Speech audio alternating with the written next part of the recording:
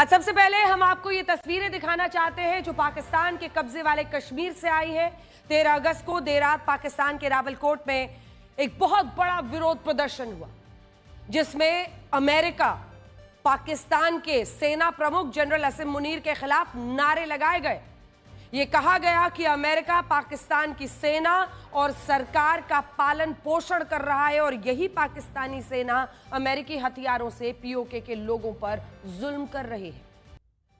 तो पीओके की ये बातें पहुंच रही हैं, नहीं पहुंच रही है असीम मुनीर के कानों तक, लेकिन हम आपको जरा बड़ी स्क्रीन पर दिखाना चाहते हैं आज कि ये विरोध प्रदर्शन कहां पर हुए हैं और क्यों हम ये कह रहे हैं कि मामला पीओके में अब पाकिस्तान के खिलाफ हो रहा है। अगर आप इस नक्शे को देखेंगे तो एलएसी के पास पीओके का पुंछ जिला है। सबसे पहले आप देखिए पुंछ जिला, और उसी के साथ साथ जहां का सबसे बड़ा शहर है ये रावलकोट। ये वही शहर है जहां पहले भी बड़े स्तर पर पाकिस्तान की सेना के खिलाफ विरोध प्रदर्शन हुए हैं। तो यहां पर ये दरअसल पीओके का पूरा हिस्सा है जिसमें आप देख रहे हैं ये वो जगह है, पुंछ जिला है, रावलकोट है, जहां पर ये सब कुछ हो रहा है। एलओसी हमने आपके लिए बना दिया है। पहले भी बड़े स्तर पर पाकिस्तान की सेना के खिलाफ इसी रावलकोट में सबसे ज्यादा प्रदर्शन होते रहे, जहां स्थानीय लोगों की आवाज को सेना बार बार दबाती है और जुल्म सितम उन पर ढाती है, उनके अनाज तक लूट कर यहां से ले जाते हैं। इस बार पीओके के लोग 4 मुद्दों को जमकर उठा रहे हैं। पहला, उन्होंने असीम मुनीर को अमेरिका के राष्ट्रपति डोनाल्ड ट्रंप की कठपुतली बताया है। आपने नारे सुने ना, बच्चा कंधे पर चढ़कर जोर जोर से कह रहा था असीम मुनीर ट्रंप की कठपुतली है, वर्दी में उसकी कठपुतली है। दूसरा, लोगों का आरोप है कि अमेरिका पाकिस्तान की सेना को हथियार, फंडिंग देता है और इस मदद के बदले पाकिस्तान की सेना अमेरिका का एजेंडा चलाती है और स्थानीय जनता का कोई भला नहीं होता। इसका मतलब समझिए, ये वही लोग हैं जो ये चाहते हैं कि फिलिस्तीन के मुद्दे पर अमेरिका के खिलाफ बोले असीम मुनीर। ये वही लोग हैं जो चाहते हैं कि ईरान के मुद्दे पर अमेरिका के खिलाफ बोले मुनीर, लेकिन मुनीर की तो मुंह पर ताला लगा है और उसकी वजह ये लोग पीओके में समझ रहे हैं। उसकी वजह है अमेरिकी मदद के बदले पाकिस्तान सेना उसका एजेंडा चलाती है। तीसरा, पीओके के लोग ये भी कह रहे हैं कि असीम मुनीर राष्ट्रपति ट्रंप के साथ बलूचिस्तान के खनिज और तेल को लेकर डील कर रहे हैं और पीओके के लोगों को मरने के लिए छोड़ दिया गया है। यानी अमेरिका के साथ बलूचिस्तान, और पाकिस्तान का पूरा मैप अगर आप देखेंगे तो बलूचिस्तान इस तरफ है, वहीं पीओके के लोग पूरी तरह से उनकी अनदेखी हो रही है और इसीलिए वो कह रहे हैं कि बलूचिस्तान के संसाधनों का सौदा कर रहे हैं, बलोचियों को उनके हवाले कर रहे हैं। पीओके के लोग बेहाल है, इसको वो नहीं देखते। और चौथा मुद्दा जिस पर पीओके में लोग जबरदस्त तरीके से सड़कों पर उतर रहे हैं, तस्वीरें हम आपको दिखा रहे थे, लोगों ने ये कही है कि पीओके में बदहाल लेकिन पाक सेना और सरकार को सिर्फ हथियारों की चिंता है। वो ये कह रहे हैं कि महंगाई, बुनियादी सुविधाएं, भारी कमी है, लेकिन पाकिस्तान की सेना और पाकिस्तान की सरकार सिर्फ और सिर्फ हथियारों के बारे में सोच रहे हैं, इसीलिए इन्हें पाकिस्तान से आजादी चाहिए। तो आर्मी के खिलाफ, जी हां, आर्मी के खिलाफ, असीम मुनीर के खिलाफ किस तरह के अपशब्द बोले जा रहे हैं। पीओके में लोगों का गुस्सा खुलकर आपने देखा और हमने इस रिपोर्ट के जरिए आपको बताया कि वजह भी क्या है। पीओके के लोग बिल्कुल भी गलत नहीं कह रहे हैं। जब पाकिस्तान की सरकार को अपने लोगों का पेट भरना चाहिए, उनकी गरीबी दूर करना चाहिए, विकास के लिए काम करना चाहिए, तब वो युद्ध की तैयारियों में जुटी हुई है। और हम आपको एक एक करके दिखाते हैं। देखिए, पाकिस्तान के प्रधानमंत्री शहबाज शरीफ ने अपने एक नए बयान में कहा है कि वो पाकिस्तानी सेना की एक नई रॉकेट फोर्स बनाएंगे। Rocket force, Pakistan army rocket force command. ये एक स्वतंत्र कमांड होगी जिसके पास पाकिस्तान के सभी रॉकेट्स, मिसाइलों का नियंत्रण होगा और युद्ध के हालात में किस मिसाइल को किस रॉकेट से हमला करना है, ये सभी यही रॉकेट फोर्स तय करेगी। तो देखिए, आपने शहबाज शरीफ, एक जंग, अनेकों जंग पाकिस्तान हारा है और इस शख्स ने भी अपने देश की जो हालत की हुई है, हार को भी जीत का जश्न मनाने में ये पूरे देश की आंखों में धूल झोंकते हैं। और अब ये नया रॉकेट वाला कोई अपना डिपार्टमेंट बना के, बड़ी स्क्रीन पर जरा मैं आपको तस्वीरें आज दिखाना चाहती हूं। शहबाज शरीफ को यह समझना पड़ेगा कि परिस्थिति क्या हो गई है। भारत के ऑपरेशन सिंदूर से पाकिस्तान की सेना इतना डर चुकी है कि अब उसे चीन के मॉडल पर काम करना पड़ रहा है। ये तस्वीरें चीन की people's liberation army rocket force की है। अब समझ गए? नकल, यही फितरत है पाकिस्तान की। यह चीन की वही रॉकेट फोर्स है जिसके पास उसकी सभी मिसाइलों का कंट्रोल होता है। अगर कोई देश चीन पर हवाई हमला करता है या उस पर कोई रॉकेट दागता है तो यही कंट्रोल्ड कमांड है, एक कंसोलिडेटेड कमांड है। कोई भी मिसाइल भी अगर दागता है तो उस हमले को रोकने का काम चीन की यही रॉकेट फोर्स करती है। बाद में जवाबी हमले भी इसी रॉकेट फोर्स द्वारा किए जाते हैं। अब आप समझ गए शहबाज शरीफ किसके आइडिया पर चल रहे हैं। वैसे नकल के लिए भी अकल की जरूरत होती है और बार बार पाकिस्तान ने साबित किया है कि वो नकल में भी फेल रहते हैं। कभी भारत की नकल, कभी भारत की कूटनीतिक कदमों की नकल, अब चीन की रॉकेट फोर्स की नकल। अब आपको ये तस्वीरें भी याद होंगी जब भारत ने ऑपरेशन सिंदूर के तहत पाकिस्तान के कुल 9 आतंकी ठिकानों, आतंकवादी अड्डों, 11 एयर बेसेस और कुछ मिलिट्री बेसेस को हवाई हमलों में नष्ट किया था और पाकिस्तान भारत के इन हमलों को रोक ही नहीं पाया था। एक एक करके हम तमाम जगहों की तस्वीरें आपको दिखा रहे हैं, चाहे वो मुरीद के हो, बहावलपुर हो और उसके बाद से जो हम उनके एयर बेसेस पर पहुंचे। और ये तो तमाम आप देख रहे हैं जो वहां पर नुकसान हुआ था उसकी तस्वीरें हैं, बाकायदा फुटेज है जो पूरी दुनिया ने देखी है। इसी हार के बाद अब पाकिस्तान ने अपने आतंकी और सैन्य ठिकानों को बचाने के लिए ये रॉकेट फोर्स बनाई है और इसे लगभग 250 मिसाइलों की जिम्मेदारी सौंपी गई है। इनमें क्रूज और बैलिस्टिक मिसाइल्स हैं, सबसोनिक मिसाइल हैं, सुपरसोनिक मिसाइल भी इसमें हो सकती हैं। तो आइए आपको दिखाते हैं ऑपरेशन सिंदूर के बाद पाकिस्तान की रॉकेट फोर्स क्या करने वाली है। कितनी मिसाइलें हैं? तो कुल 250 हैं।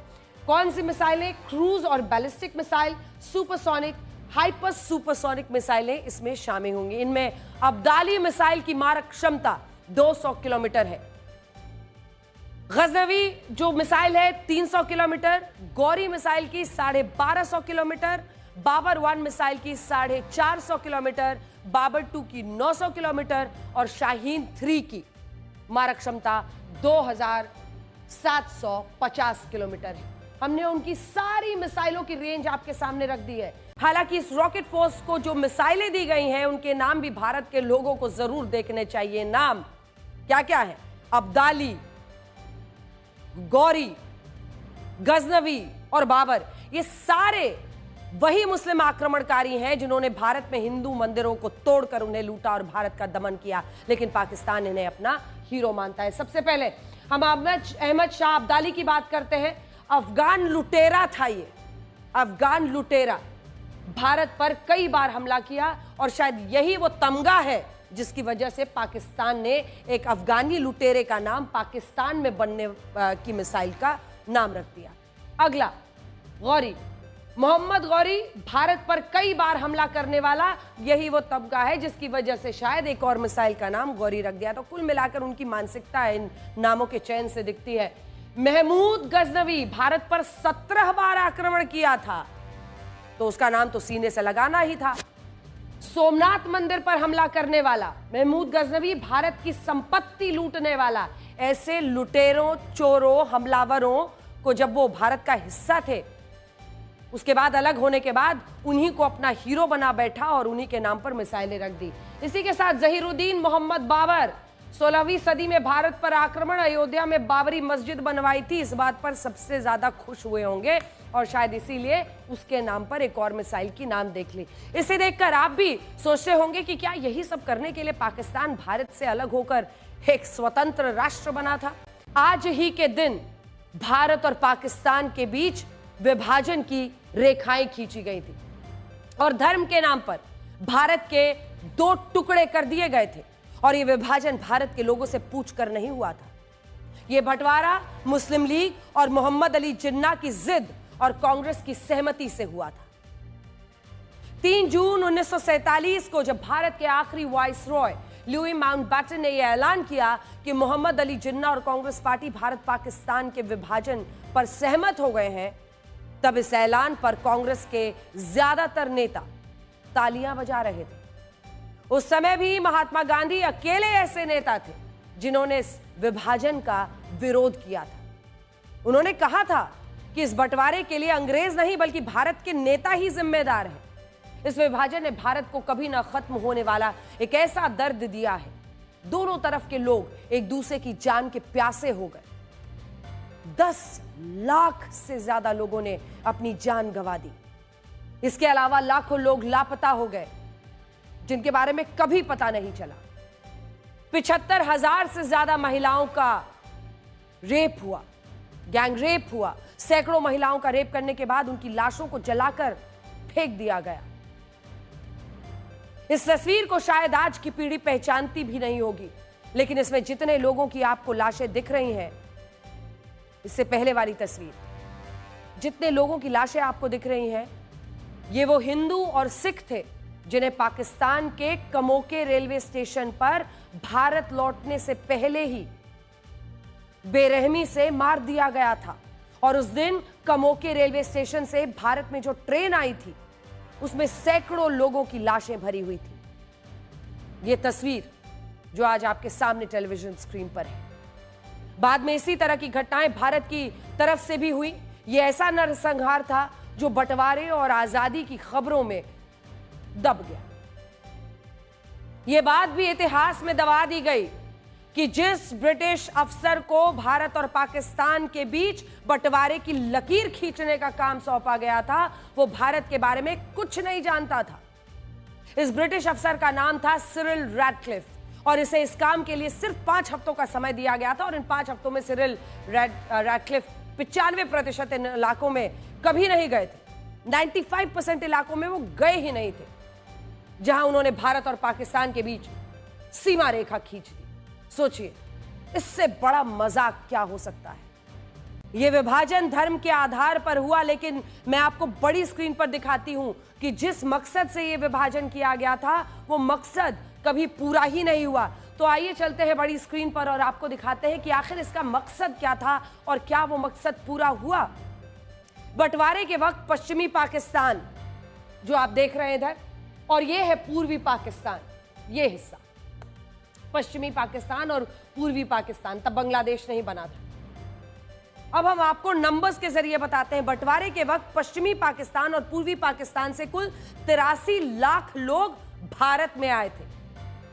83 लाख लोग जो हम आपको बता रहे हैं एंट्री, ये 83 लाख पूर्वी पाकिस्तान से और पश्चिमी पाकिस्तान से मिलाकर, जबकि भारत से कुल 96 लाख लोग पाकिस्तान में गए थे।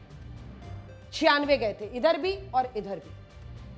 यह विभाजन का मकसद क्या पूरा हुआ 1947 में, यही हम पूछ रहे हैं। तो 96 लाख गए पाकिस्तान में और 83 लाख आए भारत में। उस वक्त भारत में मुसलमानों की आबादी लगभग 4 करोड़ थी, लेकिन इसके बावजूद सिर्फ 96 लाख मुसलमान ही पाकिस्तान गए। बाकी मुसलमानों ने भारत को ही अपना देश माना, वो रुक गए। भारत साल 1192 से ही किसी न किसी मुस्लिम आक्रमणकारी का गुलाम रहा, लेकिन इसके बावजूद भारत के हिंदू और मुसलमानों में एकता, भाईचारे की गुंजाइश रही। मुगलों के हिसाब से अगर आप देखें तो उनके बेहिसाब अत्याचारों के बाद भी ना तो हिंदुओं ने आम मुसलमानों से कभी नफरत की और ना ही आम मुसलमानों ने हिंदुओं से कभी नफरत की। इस भाईचारे का ही नतीजा था कि साल 1857 में जब अंग्रेजों के खिलाफ पहला विद्रोह हुआ, तब इस विद्रोह में भारत के हिंदू और मुसलमान एक होकर अंग्रेजों से लड़ रहे थे। और आखिरी मुगल शासक बादशाह बहादुर शाह जफर ने भी अंग्रेजों के खिलाफ इस विद्रोह का समर्थन किया था। उस वक्त अंग्रेजों ने इस विद्रोह को नाकाम तो कर दिया, लेकिन उन्हें यह आभास हो गया कि भारत के आम हिंदू और मुसलमानों में गजब की एकता है। अगर ये एकता इसी तरह से बनी रही तो एक ना एक दिन फिर 1857 जैसा विद्रोह होगा और अंग्रेजों को भारत छोड़कर जाना होगा। इसी एकता को तोड़ने के लिए अंग्रेजों ने एक थ्योरी निकाली, फूट डालने का काम शुरू कर दिया। सबसे पहले उन विवादित मस्जिदों के सर्वे शुरू कर दिए जहां हिंदू मंदिर होने का दावा करते थे। इन सर्वेक्षण से हिंदू और मुसलमानों के बीच माहौल खराब हुआ और बाद में अंग्रेजों ने हिंदुओं के कानून बदलने शुरू किए, लेकिन मुसलमानों के पर्सनल लॉ बोर्ड में कोई भी उनके पर्सनल लॉ में कोई दखल नहीं दिया।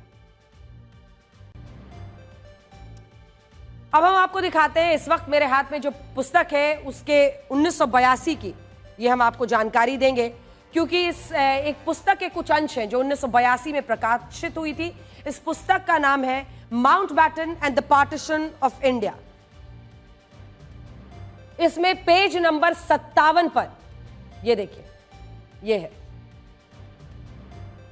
ये किताब लिखी है लैरी कॉलिंस और डोमिनिक लैपियर ने, Mountbatten and the partition of India, March 22 to August 15, 1947। ये 1982 में 1982 में पब्लिश हुई थी और इसमें भारत के आखिरी वाइसरॉय लॉर्ड माउंटबैटन के एक इंटरव्यू का जिक्र है, जिसमें वो ये कहते हैं कि अगर भारत को ये पता चल जाता कि मोहम्मद अली जिन्ना को टीबी की बीमारी है तो भारत का बंटवारा नहीं होता।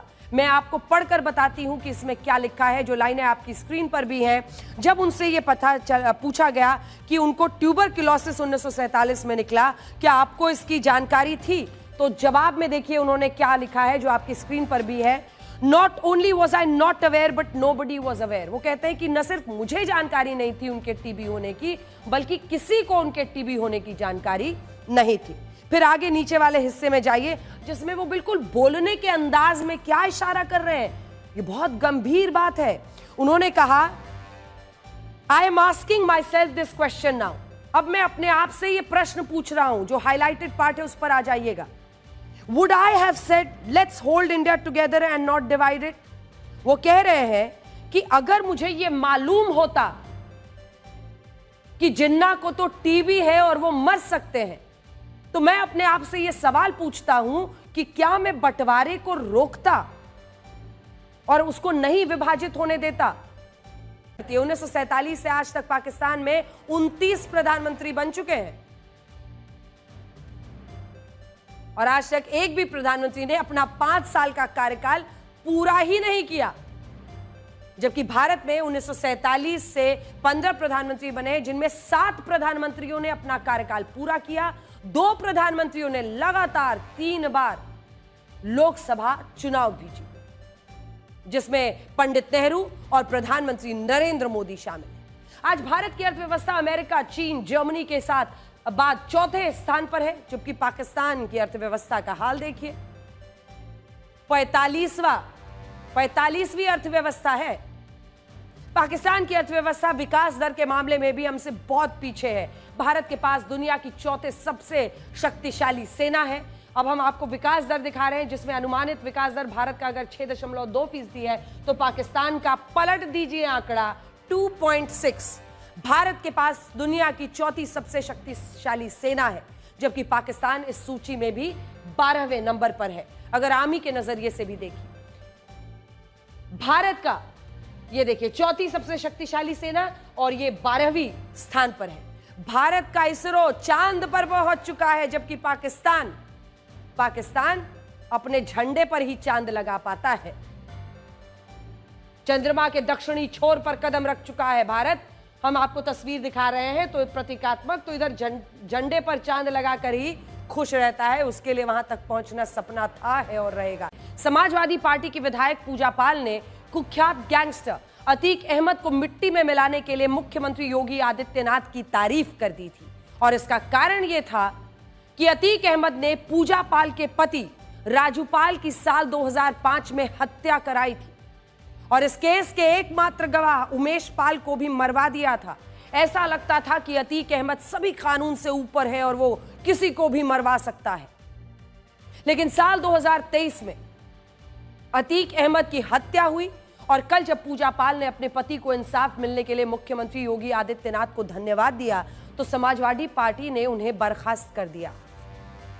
यह है समाजवादी पार्टी की चिट्ठी, जिसमें यह कहा गया है कि आपके द्वारा सुश्री पूजा पाल, आपके द्वारा पार्टी विरोधी गतिविधियां की गई हैं, जिसके लिए उन्हें तत्काल प्रभाव से निष्कासित किया जाता है। कल पूरी दुनिया की नजर अमेरिका के अलास्का पर होगी, जहां 2 महाशक्तिशाली देशों के राष्ट्रपति मिलने वाले हैं। कल अलास्का में डोनाल्ड ट्रंप, अमेरिकी राष्ट्रपति, और व्लादिमीर पुतिन की मुलाकात होने वाली है। इस मुलाकात का एकमात्र मुद्दा है रशिया यूक्रेन युद्ध। डोनाल्ड ट्रंप अपने चुनाव प्रचार में और फिर पिछले 1 साल के कार्यकाल में एक ही रट लगाए हैं कि वो पूरी दुनिया के युद्ध खत्म करवा कर मानेंगे। इस चाहत को पूरा करने में सबसे बड़ी चुनौती यूक्रेन रशिया युद्ध की है। पिछले 3.5 साल से ये युद्ध चल रहा है और इसे अब तक कोई भी नहीं रोक पाया। डोनाल्ड ट्रंप मानते हैं कि अगर वो इस युद्ध को रुकवाने में कामयाब रहे तो उनका शांति का नोबेल पुरस्कार पक्का है। इसीलिए उन्होंने युद्ध को रुकवाने के मकसद से रशिया के राष्ट्रपति व्लादिमीर पुतिन को निजी मुलाकात के लिए अलास्का में जॉइंट बेस एल्मेंडोर्फ रिचर्डसन में बुलाया है। इस बैठक की सबसे रोचक बात यह है कि ये यूक्रेन रशिया युद्ध के मुद्दे पर है, लेकिन इसमें रशिया से राष्ट्रपति पुतिन तो होंगे, यूक्रेन की तरफ से कोई नहीं होगा। आप सोचिए, मुद्दा यूक्रेन और रशिया के बीच युद्ध सुलझाने का है, लेकिन डोनाल्ड ट्रंप ने यूक्रेन के राष्ट्रपति जेलेंस्की को नहीं बुलाया है। वो बेचारे इनविटेशन का अभी तक इंतजार ही कर रहे हैं। ऐसा लग रहा है कि अब अमेरिका ही यूक्रेन की किस्मत का फैसला करेगा, और ऐसा इसलिए होगा क्योंकि अमेरिका और यूरोपीय देशों के दम पर ही यूक्रेन पिछले 3.5 साल से युद्ध कर पा रहा है, और शायद अमेरिका पुतिन के साथ कोई समझौता करके इस समझौते को यूक्रेन पर थोप भी